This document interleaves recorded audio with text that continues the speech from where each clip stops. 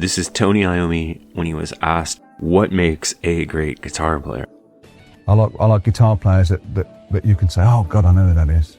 You know, as soon as you hear it, I like that type of player.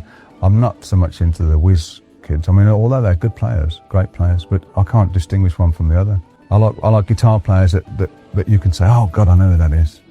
So Tony Iommi's observation there is that the guitarists he admires most are the ones you can recognize in just one note or a few notes. It doesn't take a whole solo, it doesn't take a whole song, it just takes a few notes, and it wouldn't really matter if you took the guitarist from one band and put them in another. Now think about this in relation to a guitar player like Jimmy Page, or Eddie Van Halen, or David Gilmour, and you can see exactly what he's talking about. What we're really getting at here is musical identity, and the great guitarists of the classic era didn't just play well, they had a unique DNA, and they sounded only like themselves. For example, Eddie Van Halen had a technique everyone knows, but even if you apply that technique, you won't sound like Eddie Van Halen. David Gilmour has emotional bends and very melodic playing that can't be replicated, even though it's fairly easy to mimic. A guitar player like Tony Iommi himself, of course, has the kind of riffs that anyone would recognize. Now, one of the common complaints you hear from classic rock fans these days is that modern guitar players all sound alike. Part of that comes from production, part of that comes from technique, and part of that comes from the fact that guitar players these days are really not looking to express themselves as much as they are looking to master the instrument. This brings me to a very interesting modern player, Daniella Villarreal of The Warning.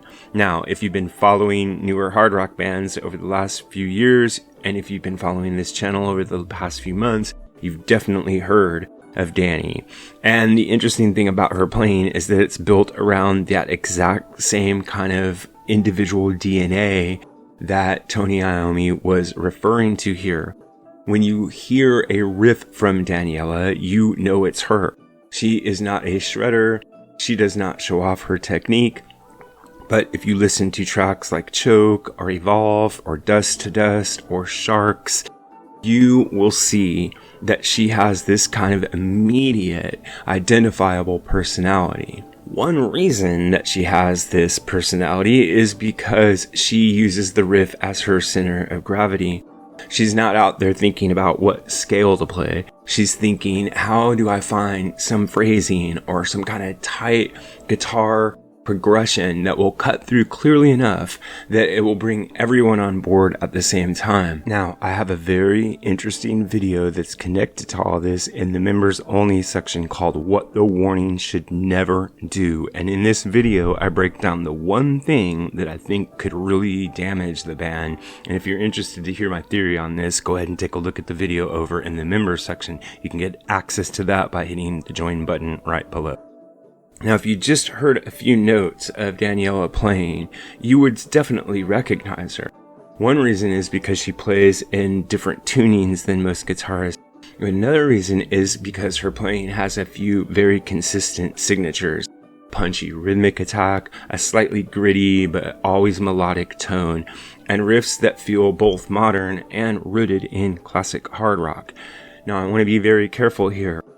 Because we're referencing Tony Iommi in this video, I want to make it clear that I don't think Daniella ever tries to replicate the kind of riffs from the past. I think what she does is she tries to carry forward the same spirit, the same energy, by finding new riff and riff areas on the guitar.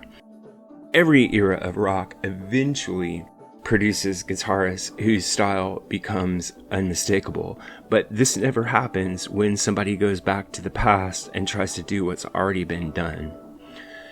What makes a player stand out is exactly the quality that Tony Iommi described. You can hear their personality immediately. What it takes is that you choose to use the instrument as a form of self-expression rather than to show technique or to show pure skill.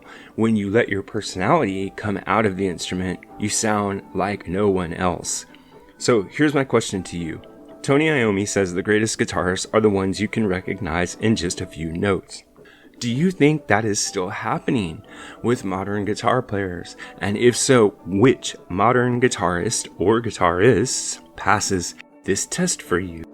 Let me know in the comments. I'm very curious to see who you think belongs on that list. Music Guru here, asking you to help us on our march to 10,000 subscribers.